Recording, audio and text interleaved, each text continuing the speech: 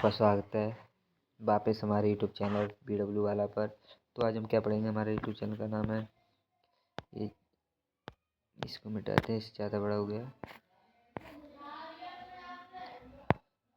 आज हमारे चैनल का नाम है BW वाला। तो आज हम क्या पढ़ेंगे, तो आपको स्क्रीन पर साफ दिखाई दे रहा होगा, तो हमारे स्क्रीन पर आपको दिख ही रहा होगा।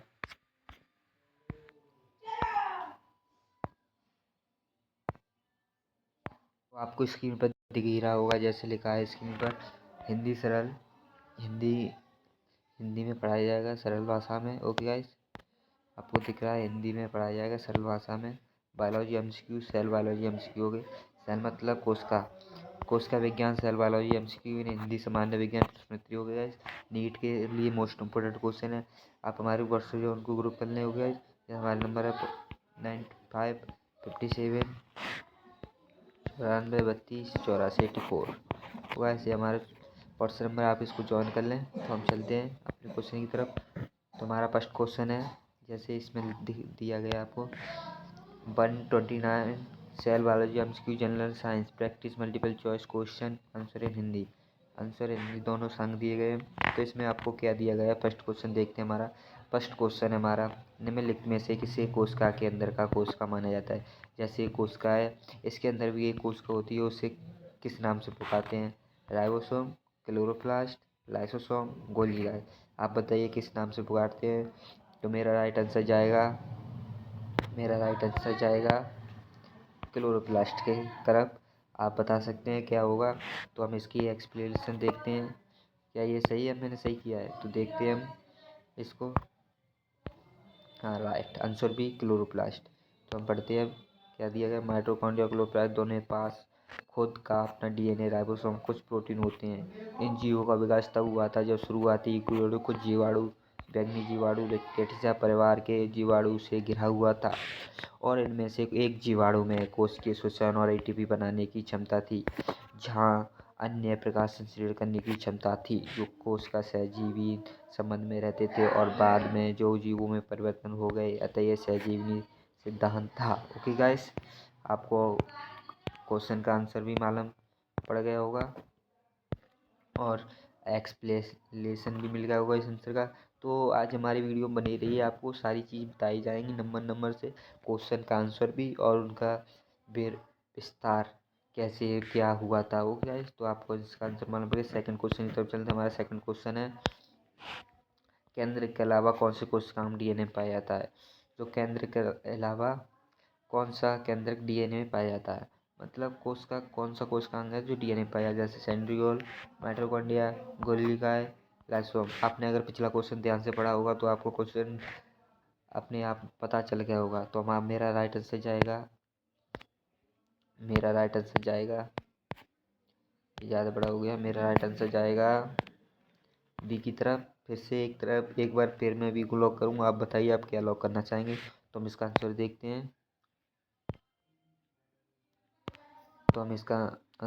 हैं। इसका आंसर होगा, इसका आंसर है बी। ओके गाइस, मेरा राइट है। आप बताइए आपका राइट था या नहीं, कमेंट बॉक्स में ज़रूर बताएं। माइटोकॉन्ड्रिया में केंद्र के अलावा DNA पाए जाते हैं। इसके DNA को एम्प्टी DNA कहा जाता है, जिसका आकार गोल है। माइटोकॉन्ड्रिया को अर्ध स्वायत्त काय और कोशिका का ऊर्जागृह कहा जाता है। पावर ऑफ सेल माइटोकॉन्ड्रिया को कहा जाता है। कोशिका का ऊर्जागृह किसे कहा जाता है, तो माइटोकॉन्ड्रिया को कहा जाता है। मोस्ट इम्पोर्टेंट क्वेश्चन एक और बन के आता है। ओके गाइस, सबको याद करना है। अगले क्वेश्चन की तरफ चलते हैं। हमारा अगला नेक्स्ट क्वेश्चन है, यूकेरियोटिक कोशिकाओं की कोशिका झिल्ली किसकी बनी होती है। यूकेरियोटिक कोशिका झिल्ली किसकी बनी होती है। तो मेरा आंसर जाएगा फास्फोलिपिड की तरफ। आप बता सकते हैं आपका आंसर किसकी तरफ जाता है, सी की तरफ जाता है या ए या बी। गाइस, तो हम इसका एक्सप्लेनेशन देखते हैं। तो इसका right answer D. Okay guys, तो आगे चलते। कोशिका झिल्ली या कोशिका कला फास्फोलिपिड्स की बनी होती है। ये एक दो परतीय रचना है, जिसका सिर वाला भाग पानी में घुलनशील और पूंछ वाला भाग पानी में अघुलनशील है। इसकी रचना को समझने के लिए fluid motion model Singer Nicolson द्वारा 1972 में प्रतिपादित किया गया। हमें 1972 में प्रतिपादित किया गया मॉडल देखना होगा इसको विस्तार से समझने के लिए। तो हम MCQ कर रहे हैं तो आपको आंसर मालूम पड़ गया होगा। इसका आंसर होगा passport option D. Okay guys, अगर आपको पसंद आ रहे हो, क्वेश्चन समझ में आ रहे हैं, तो हमारे वीडियो को लाइक और चैनल को सब्सक्राइब जरूर कर दें और एक लाइक जरूर कर दें, जिससे हमें आपको मोटिवेशन मिलता रहे और इसी मोटिवेशन से हम अच्छी अच्छी वीडियो लाते हैं। ओके गाइस, अगला नेक्स्ट क्वेश्चन हमारा, कोशिका के जीवित पदार्थ को जीव द्रव्य कहा जाता है। कोशिका के जीवित पदार्थों को जीव द्रव्य कहा जाता है। जो किसका बना होता है, तो ये बना होता है, मेरा आंसर फिर से एक बार डी की तरफ जाना चाहेगा। कोशिका द्रव्य, केंद्रक द्रव्य और कोशिकांग का बना होता है। तो देखते हैं इसका आंसर क्या होता है। इसका आंसर डी है गाइस, ऑप्शन डी है। एक्सप्लेनेशन है, जीव द्रव्य कोशिका एक जीवित भाग है। जीव द्रव्य कोशिका का एक जीवित भाग है जिसको जीवन का भौतिक आधार कहा जाता है। इसकी खोज पुरंजन द्वारा की गई। इसका निर्माण कोशिका द्रव्य, केंद्रक द्रव्य एवं कोशिकांग के मिलने से होता है। ओके गाइस, तो जीव द्रव्य का किसके मिलने से निर्माण होता है, तो इन तीन चीज़ों के मिलने से निर्माण होता है। गैस आपको याद रखना है और अच्छे से प्रिपरेशन करिए। याद नहीं, मैं नीट 2025 और बोर्ड 2025 पढ़ना है। बायोलॉजी का कोई क्वेश्चन एक भी नहीं छोड़ना है, केमिस्ट्री के भी लाएंगे, फिजिक्स के भी लाएंगे। आप बने रहे हमारे चैनल पर। ओके गाइस, आगे चलते हैं। आगे हमारा क्वेश्चन, पादप कोशिका किसकी उपस्थिति के कारण जंतु कोशिका से अलग है। पादप कोशिका किसकी उपस्थिति के कारण जंतु कोशिका से अलग है, तो हम देखते हैं किसके कारण। क्लोरोप्लास्ट, कोशिका भित्ति, कोशिका झिल्ली, केंद्रक। तो मेरे विचार से इसका आंसर होगा बी, क्योंकि कोशिका भित्ति जंतु में नहीं पाई जाती।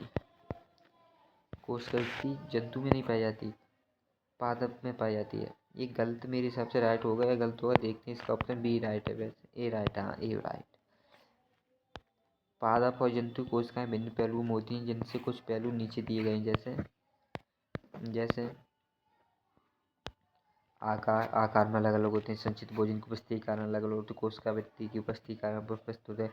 क्लोरोप्लास्ट की उपस्थिति के कारण अलग अलग होते हैं। तारक इकाई की उपस्थिति के साइटोकाइनेज, ग्लाइकोसोम्स लवक की उपस्थिति के कारण रेक्टिका। ये सारे कारण हैं जो जंतु कोशिका और पादप कोशिका को अलग बनाते, भिन्न बनाते हो गया। इस नेक्स्ट क्वेश्चन की तरफ चलते हैं हमारा। अगर आपको वीडियो पसंद आ रही हो तो लाइक और चैनल सब्सक्राइब करना ना भूलें, हमें मोटिवेशन मिलेगा। आगे से नेक्स्ट अच्छी वीडियो और लाएंगे। अगली वीडियो हमारी होगी, तो मैं आपको बीच में बताता हूँ, अगली वीडियो हमारी जो होगी वो होगी केमिस्ट्री MCQ की होगी। और गैस तीनों विषय की एक दिन केमिस्ट्री, एक दिन फिजिक्स, एक दिन बायोलॉजी की चलेगी। MCQ चलेंगी, 1 शॉट चलेंगे। 2025 हमारा टारगेट, हमें उसे फोड़ना है। ओके गैस, तो नेक्स्ट क्वेश्चन हमारा, DNA में पाई जाने वाली शर्करा है। तो DNA में कौन सी शर्करा पाई जाती है, तो DNA की अगर आपको फुल फॉर्म हमारे होगी पता होगी तो आप DNA की शर्करा बता सकते हैं। तो हम पहले DNA की फुल फॉर्म देखते हैं। जैसे DNA की फुल फॉर्म है हमारे पास डीऑक्सीराइबोस, डीऑक्सीराइबोस न्यूक्लिक एसिड, चाहे न्यूक्लिक अम्ल, यही बात हो गई। तो आपको दिख रहा होगा यहाँ पर डीऑक्सीराइबोस शर्करा पाई जाती है। तो आपको जहाँ ऑप्शन में डीऑक्सीराइबोस दिख रहा हो वहाँ पर आप टिक मार दो। कोई DNA में पाई जाने वाली शर्करा, तो डीऑक्सीराइबोस हमारे डी दिख रहा है, तो डी है हमारे में। इसका एक्सप्लेनेशन भी देख लेते हैं क्या कहता है इसका क्वेश्चन। DNA में डीऑक्सीराइबोस शर्करा पाई जाती है, जो कि एक पेंटोस शर्करा है, जबकि RNA में राइबोस शर्करा पाई जाती है। यही बताया था मैंने आपको, ये भी एक्सप्लेनेशन में दिखा रहा है। हो गया, तो आगे चलते हैं। आगे हमारा है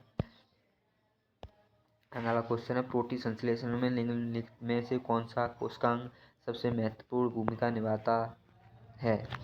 प्रोटीन संश्लेषण में निम्नलिखित में कोशिकांग सबसे महत्वपूर्ण भूमिका निभाता है। तो इसका हम देखते हैं कि कौन सा निभाता है। तो आप बताइए आपके हिसाब से कौन सा सही हो सकता है। तो मेरे हिसाब से तो अंतःप्रद्रव्य जाल का राइट आंसर जाता है, क्योंकि मेरी इसी की तरफ जाएगा। बट आपकी अगर आपने पढ़ाई करी होगी तो आपका आंसर राइट सी हो सकता है। ओके गाइस, हम देखते हैं। देखो सी है, मैंने बताया था आपको। तो देखते हैं इसका एक्सप्लेनेशन। अंतःप्रद्रव्य जाल का और राइबोसोम दोनों प्रोटीन संश्लेषण में सहायक है। दोनों सहायक हैं। देखो मैंने बताया था डी भी सहायक है और राइबोसोम दोनों प्रोटीन संश्लेषण में सहायक है। गाइस, राइबोसोम को प्रोटीन बनाने वाली फैक्ट्री भी कहा जाता है। ओके गाइस, अंतःप्रद्रव्य जाल का अनेकों झिल्लियों का एक जाल है जो कि केंद्र की झिल्ली से जुड़ी और एक प्रोटीन संश्लेषण में सहायक है। यहाँ पर ऑप्शन सी लिखा है बट गलत लिखा है, क्योंकि ऑप्शन बी राइट है। क्योंकि यहाँ आपको दिखा गया अंतःप्रद्रव्य जाल का और राइबोसोम, तो यहाँ पर आपको कहीं नहीं दिख रहा होगा। यहाँ पर आपको गोल्गी का दिख रहा है, यहाँ पर अंतःप्रद्रव्य, तो बी सही है। यहाँ पर ये गलत है, यहाँ पर हम बी लगाएंगे। Okay guys, B. अगला नेक्स्ट क्वेश्चन हमारा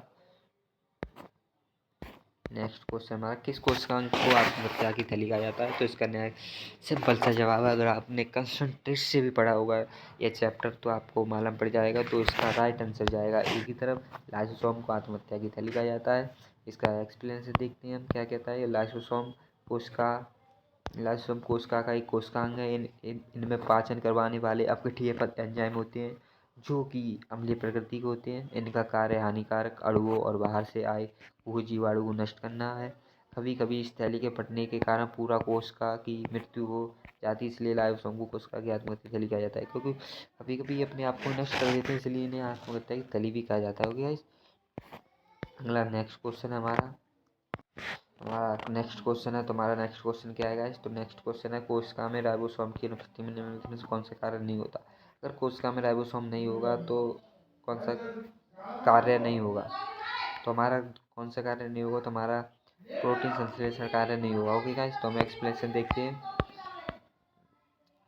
ये लिखाइए साथ साथ राइबोसोम एक कोशिकांग है जो प्रोटीन से सहायक होता है। इनमें प्रोटीन बनाने वाली फैक्ट्री कहा जाता है। अगर ये राइबोसोम नहीं होगा तो प्रोटीन संश्लेषण का कार्य नहीं होगा। मोस्ट इम्पोर्टेंट क्वेश्चन, अगर ये याद रखना है, ये नीट 25 में फंस सकता है। ओके गाइस, मेरे विचार से ये आ सकता है।